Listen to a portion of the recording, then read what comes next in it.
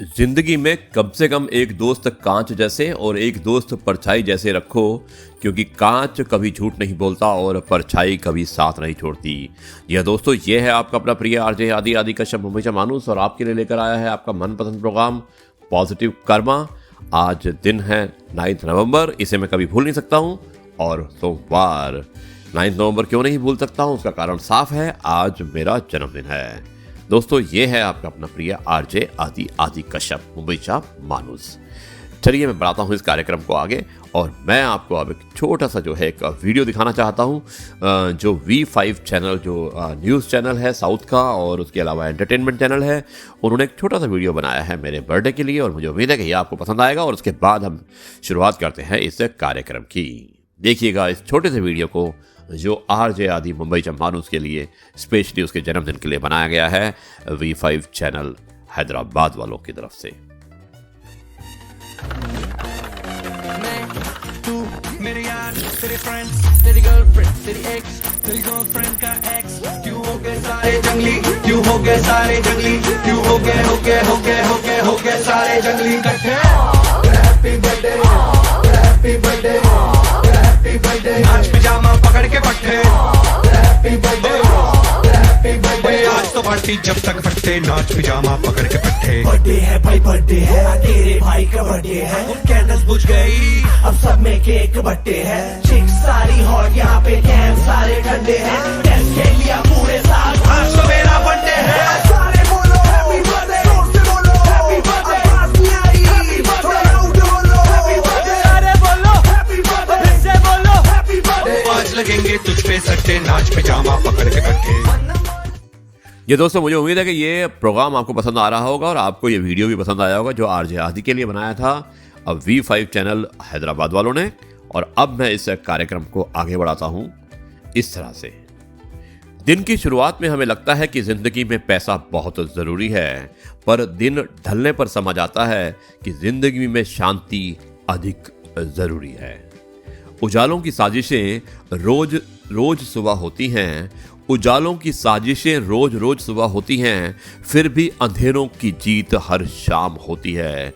दोस्तों, अब मैं आपको एक स्पेशल प्रोग्राम जो मिठाइयों के बारे में बताना चाहता हूँ। हर किसी को मिठाई पसंद आती है, और मिठाइयों के बारे में किस तरह से बयान किया गया है, बहुत अच्छे ढंग से। तरह तरह की मिठाइयाँ होती हैं, और मिठाइयों का ज्ञान किस तरह से दिया गया है, गुणगान किस तरह किया गया है, वो कुछ इस प्रकार है। और मुझे उम्मीद है ये आपका अपना प्रिय आरजे आदि आदि कश्यप मुंबई चा मानुस, आज उसका जन्मदिन है 9 नवंबर, एपिसोड नंबर है 184, दिन है सोमवार, पॉजिटिव कर्मा। और अब आपको सुनाता हूं मिठाइयों के कुछ गुण। जलेबी। आकार मायने नहीं रखता, स्वभाव मायने रखता है। जीवन में उलझने कितनी भी होती हैं, कितनी भी उलझने हो, लेकिन इनका स्वभाव मायने रखता है। रसीले और मधुर रहो। रसगुल्ला। कोई फर्क नहीं पड़ता कि जीवन आपको कितना निचोड़ता है, अपना असली रूप सदा बनाए रखें। लड्डू। बूंदी बूंदी से लड्डू बनता है, और छोटे छोटे प्रयास से ही सब कुछ होता है। सकारात्मक प्रयास करते रहिएगा। सोहन पापड़ी। हर कोई आपकी पसंद या हर कोई आपको पसंद नहीं कर सकता, लेकिन बनाने वाले ने कभी हिम्मत नहीं हारी। अपने लक्ष्य पर टिके रहो। काजू कतली। अपने आप को इतना सस्ता ना रखें कि राह चलता कोई भी आपका दाम पूछता रहे। आंतरिक गुणवत्ता हमें सबसे अलग बनाती है। गुलाब जामुन।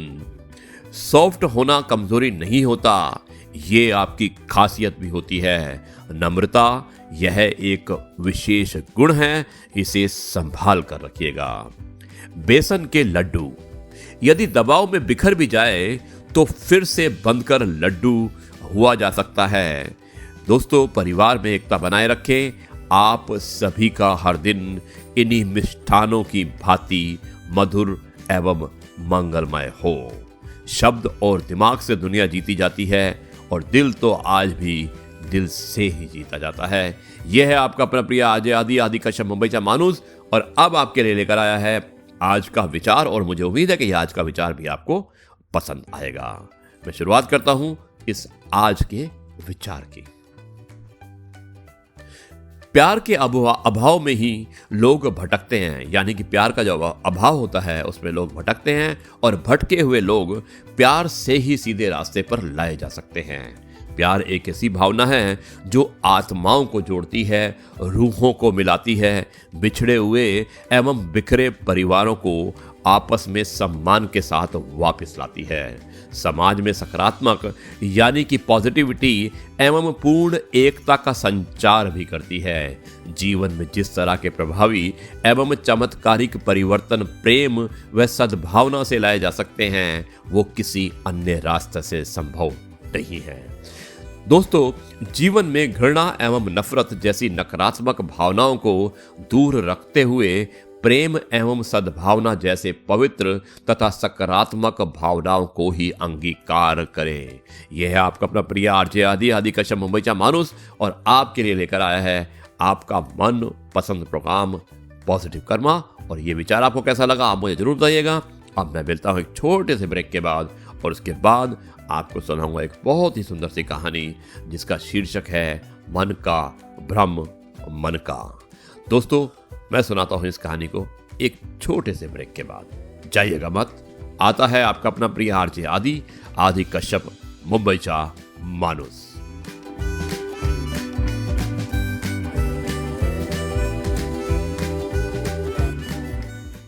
जी दोस्तों, एक बार फिर आपका अपना प्रिय आरजे आदि कश्यप मुंबईचा माणूस आपके लिए लेकर आया है आपका मनपसंद program positive karma. Episode number है 184। दिन है सोमवार, और आज दिन है यानी कि दिनांक है 9 नवंबर 2020, यानी कि आज मेरा बर्थडे भी है।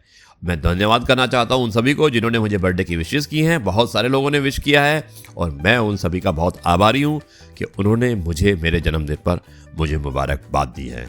दोस्तों, अब मैं शुरुआत करता हूं इस कार्यक्रम के जो आखिरी चरण होता है कहानी की, और मुझे उम्मीद है कि ये कहानी आपको पसंद आएगी। बहुत ही इंस्पायरेशनल कहानी है, प्रेरणा का स्रोत है, और कहानी का शीर्षक है मन का अभ्रम। लीजिए अब शुरुआत करते हैं इस कहानी की। कुल्हाड़ी लेकर एक बार लखड़आरे वन में घुस गए। चंदन का वृक्ष सहम गया, और पलाश यानी कि फूलों का जो वृक्ष था उसे भयभीत करते हुए बोला कि सीधे वृक्ष को काट दिया जाता है। ज्यादा सीधे और सरल रहने का जमाना नहीं है। टेढ़ी उंगली से ही घी निकलता है। देखो, सरलता से तुम्हारे ऊपर संकट आ गया। मुझसे सब दूर ही रहते हैं। ये पलाश यानी कि जो फूलों का वृक्ष था उसने चंदन के वृक्ष को कहा, और चंदन का वृक्ष धीरे से बोला, भाई, संसार में जन्म लेने वाले सभी का अंतिम समय आता है, परंतु दुख है कि तुमसे जाने कब दोबारा मुलाकात होगी। अब चलते हैं, मुझे भूलना मत। ईश्वर चाहेगा तो पुनः मिलेंगे, और मेरे ना रहने का दुख मत करना। आशा करता हूं सभी वृक्षों के साथ तुम भी फलते फूलते और रहोगे। लकड़हारे ने 8-10 प्रहार किए, और चंदन उनके कुल्हाड़े को सुगंधित करता हुआ सदगति को प्राप्त हो गया। उसकी लकड़ी ऊंचे दाम में बेची गई। भगवान की काष्ठा प्रतिमा बनाने वाले ने उसकी बांके बिहारी की मूर्ति बनाकर बेच दी। मूर्ति की प्रतिष्ठा के अवसर पर यज्ञ हवन का आयोजन रखा गया, और बड़ा उत्सव होने वाला था। दोस्तों, जैसे ही ये सब बातें हुई हैं, उसके बाद यज्ञ संहिता यानी कि लकड़ी की आवश्यकता पड़ी। जब यज्ञ होता है तो लकड़ी की जरूरत भी पड़ती है।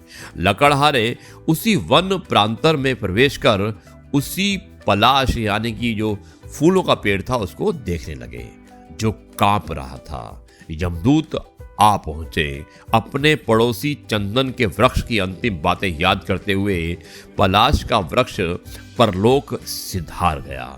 उसके छोटे छोटे टुकड़े होकर यज्ञशाला पहुंचे। यज्ञ मंडप अच्छा सजा हुआ था और तोरण द्वार बना था। वेद पंडित मंत्रोच्चार कर रहे थे और समिधा के रूप में अपने मित्र पलाश को पहचान कर काष्ठ मूर्ति बना चंदन बोल उठा, आओ मित्र, ईश्वर की इच्छा बड़ी बलवान होती है। फिर से तुम्हारा और हमारा मिलन हो गया। अपने वन के वृक्षों का कुशल मंगल हाल बताओ। मुझे वन की बहुत याद आती है। मंदिर में पंडित मंत्र पढ़ते हैं और मन में जंगल को याद करता हुआ रहता हूँ। पलाश बोला, देखो यज्ञ मंडप में यज्ञानी प्रज्वलित हो चुकी है। लगता है कुछ ही पल में मैं राख हो जाऊंगा। अब नहीं मिल सकेंगे, मुझे डर लग रहा है। अब बिछड़ना ही होगा। चंदन ने कहा कि तुम ऐसे घबराते क्यों हो? चंदन बोलता है कि भाई मैं सरल और सीधा था। मुझे परमात्मा ने अपना आवास बनाकर धन्य कर दिया। तुम्हारे लिए भी मैंने भगवान से प्रार्थना की थी कि अतः यज्ञी कार्य में देह त्याग कर रहे हो, अन्यथा दावा नल में जल मरते। सरलता भगवान को प्रिय है। अगला जन्म मिले तो सरलता सीधापन मत छोड़ना। सज्जन कठिनता में भी सरलता नहीं छोड़ते, जबकि दुष्ट सरलता में भी कठोर हो जाते हैं। सरलता में तनाव नहीं रहता। तनाव से बचने का एकमात्र उपाय सरलता पूर्ण जीवन है। तुलसीदास जी के रामचरित्र मानस में भगवान ने स्वयं ही कहा है कि निर्मल मन जन सो मोहि पावा, मोहि कपट छल छिद्र न भावा।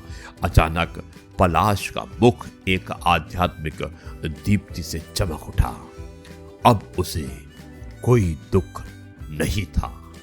दोस्तों, ये थी कहानी और मुझे उम्मीद है कि ये कहानी आपको पसंद आई होगी और बहुत ही अच्छा वर्णन किया था। दो पेड़ों के बारे में, एक चंदन का पेड़ था और एक फूलों का पेड़ पलाश जो था, उनका किस तरह से अंत होता है, लेकिन अंत के बाद भी जो चंदन का पेड़ होता है वो बहुत शांत होता है और खुश रहता है क्योंकि वो सरल होता है। लेकिन पलाश का पेड़ जो फूल का पेड़ होता है उसमें दिखावा बहुत होता है और उसका अंत बहुत बुरी तरीके से होता है। दोस्तों, ये था आपका अपना प्रिय आरजे आदि कश्यप मुंबईचा माणूस और आपके लिए लेकर आया था आपका मनपसंद program positive karma. Episode number था 184 यानी कि 184, सोमवार का दिन। और आज की दिनांक मैं नहीं भूल सकता, मैं आपको फिर बोल रहा हूँ, आज है डेट 9 नवंबर 2020 यानी कि आपके अपने प्रिय आरजे आदि का जन्मदिन। अब मैं इस कार्यक्रम को यहीं पर समाप्त करता हूं और कल आपसे फिर मुलाकात होगी एक नई कहानी, नए किस्से और नई बातों के साथ। तब तक के लिए आपका अपना प्रिय आरजे आदि आपसे कहता है नमस्कार, जय हिंद, वंदे मातरम, भारत माता की जय और वंदे मातरम।